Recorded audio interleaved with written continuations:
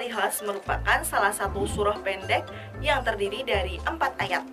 Surah ini berisikan tentang tauhid. Apa itu Kak tauhid? Tauhid yaitu membahas tentang keesaan Allah. Sehingga maksudnya surah ini membahas tentang Allah yang Maha Esa atau Allah yang Maha Satu. Adik-adik Sobat Eksis, keesaan Allah ini adalah bukti bahwa Allah adalah Tuhan yang patut disembah, sehingga tidak ada Tuhan selain Allah. Nah, sebelum kita menghafalkannya, yuk kita bersama-sama membaca surah Al-Ikhlas. Surah Al-Ikhlas ayat 1 sampai 4. A'udzu billahi minasyaitonir rajim. Bismillahirrahmanirrahim.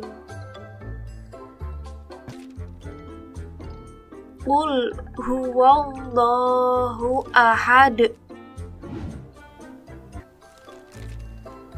Allahus somad. Lam yalid walam yulad.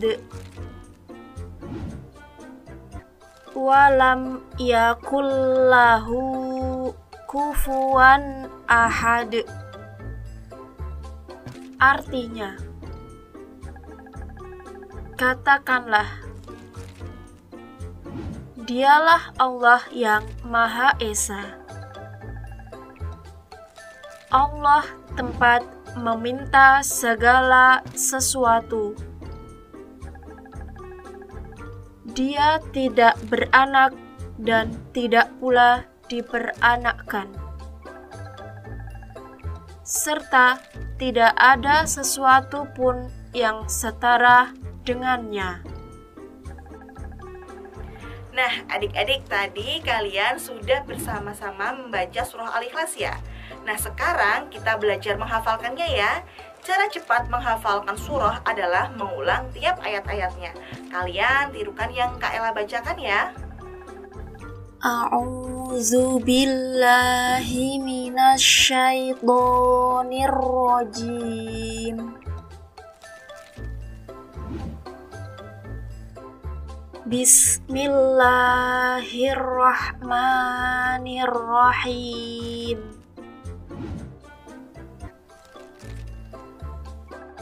Ayat pertama surah Al-Ikhlas. Qul huwallahu ahad. Coba adik-adik Sobat Eksis ikuti lafal ayat pertama dari surah Al-Ikhlas ini ya. Qul huwallahu ahad. Coba kalian ucapkan sekali lagi. Qul huwallahu ahad. Ayat kedua surah Al-Ikhlas. Allahus somad. Coba kalian ikuti lafal ayat kedua ini ya. Allahus somad. Kalian bisa ulangi sekali lagi. Allahus somad. Ayat ketiga surah Al-Ikhlas. Lam yalid walam yulad. Coba adik-adik Sobat Eksis ikuti lafal ayat ketiga ini ya. Lam yalid walam yulad. Coba kalian ikuti sekali lagi.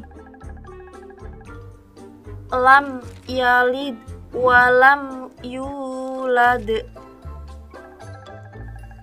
Ayat keempat surah Al-Ikhlas. Walam yakul lahu kufuwan ahad.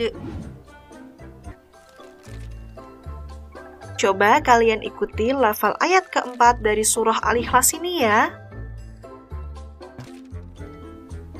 Walam yakul lahu kufuwan ahad. Kalian bisa ulang sekali lagi. Walam yakul lahu kufuwan ahad. Nah, tadi kita sudah belajar menghafalkan ayat-ayat dari surah Al-Ikhlas. Sekarang kita belajar menghafalkan artinya dengan lagu ya adik-adik. Kalian bisa nyanyikan bersama-sama dengan Kak Ella ya.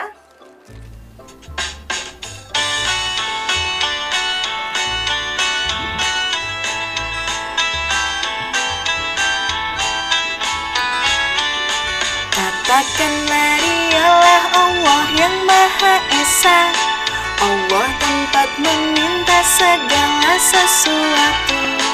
Allah tidak beranak dan tidak diperanakkan, dan tidak ada sesuatu yang setara dengan Dia. Hei, itulah tadi arti dari surat Al-Ikhlas. Marilah kita sama-sama menghafalnya. Itulah tadi arti dari surat Al-Ikhlas. Marilah kita sama-sama menghafalnya.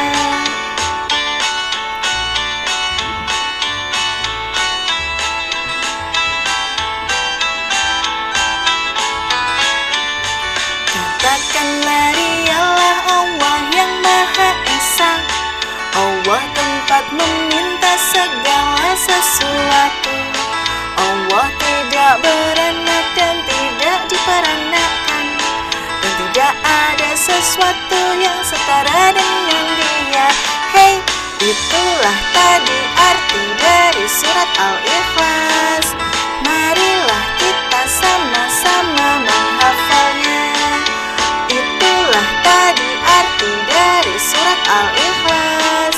Marilah kita sama-sama menghafalnya. Adik-adik Sobat Eksis, mudah bukan menghafalkan ayat dan arti dalam surah Al-Ikhlas? Tetapi kalau kita hanya menghafalkan ayat dan artinya tanpa memahami makna atau pesan dalam surah Al-Ikhlas, itu seperti ada yang kurang loh. Yuk sekarang kita belajar bersama tentang memahami pesan ataupun makna dalam surah Al-Ikhlas. Arti pada ayat pertama surah Al-Ikhlas berbunyi, katakanlah Muhammad, dialah Allah yang Maha Esa. Jadi maksudnya hanya satu Tuhan yang wajib disembah, yaitu Allah Subhanahu wa Ta'ala. Arti pada ayat kedua berbunyi, Allah tempat meminta segala sesuatu. Sehingga maksudnya hanya kepada Allah lah kita meminta, kita bergantung, dan kita berlindung. Arti pada ayat ketiga berbunyi, Allah tidak beranak dan tidak pula diperanakkan. Jadi maksudnya Allah tidak memiliki anak, Allah tidak menikah, dan Allah tidak memiliki orang tua ataupun tidak memiliki ayah dan ibu. Arti pada ayat keempat berbunyi, dan tidak ada segala sesuatu yang setara dengan Dia. Jadi maksudnya tidak ada yang sama, tidak ada yang bisa menandingi kehebatan, kekuatan, dan kekuasaan Allah Subhanahu wa Ta'ala. Nah, itulah tadi materi tentang surah Al-Ikhlas. Mudah bukan menghafalkan surah Al-Ikhlas beserta artinya? Dengan kita memahami surah Al-Ikhlas, kita menjadi tahu bahwa hanya Allah Tuhan yang patut disembah dan kita tidak boleh menyekutukan Allah, serta kita hanya bisa meminta dan bergantung kepada Allah Subhanahu wa Ta'ala. Cukup sekian dulu ya penjelasan dari Kak Ella.